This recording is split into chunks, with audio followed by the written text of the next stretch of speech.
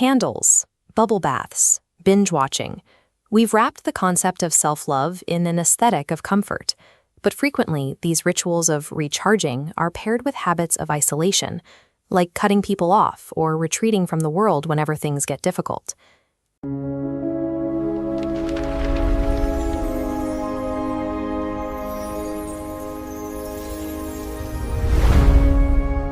Gen Z adopted this toolkit to prioritize softness. We decided that discomfort was an enemy to be avoided at all costs. However, this focus on being gentle eventually led to a pivot away from personal accountability. When every difficult obligation is framed as a threat to our peace, we start to prioritize our own immediate convenience over our long-term responsibilities. This pattern transforms a tool for healing into a mechanism for avoidance, and at its extreme, a form of self-indulgence that borders on narcissism. By treating any friction as an attack on our well-being, we've turned a method of recovery into a shield for self-sabotage. This shift didn't happen by accident. Our version of self-love is a direct reaction to the struggles we saw in the generation before us. We watched hustle culture erode the mental health of millennials, leaving them with deep shame and crushing guilt over their productivity. We wanted a more compassionate way of living. That impulse was a necessary survival mechanism. It's true that you cannot develop through self-hate. Constant self-criticism doesn't build resilience. It keeps you stuck in a cycle of shame. But the overcorrection was severe.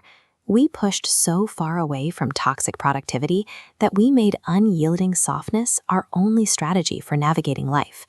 Real self-love is often quite difficult. It rarely looks like the easy choice to cancel plans or stay in bed for another day. It demands that we get honest about our own patterns and do the uncomfortable things required to secure a better future. We are choosing a circular loop of momentary comfort, which feels good now, but leads nowhere. We rebrand procrastination as self-care, letting important tasks pile up.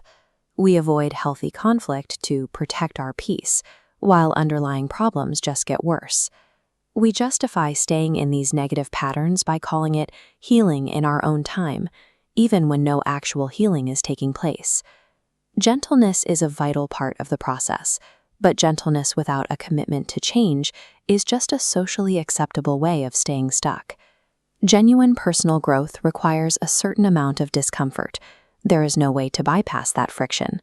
But there is also a profound pain in stagnation, in waking up months from now in the exact same mess because you labeled a period of avoidance as a season of rest.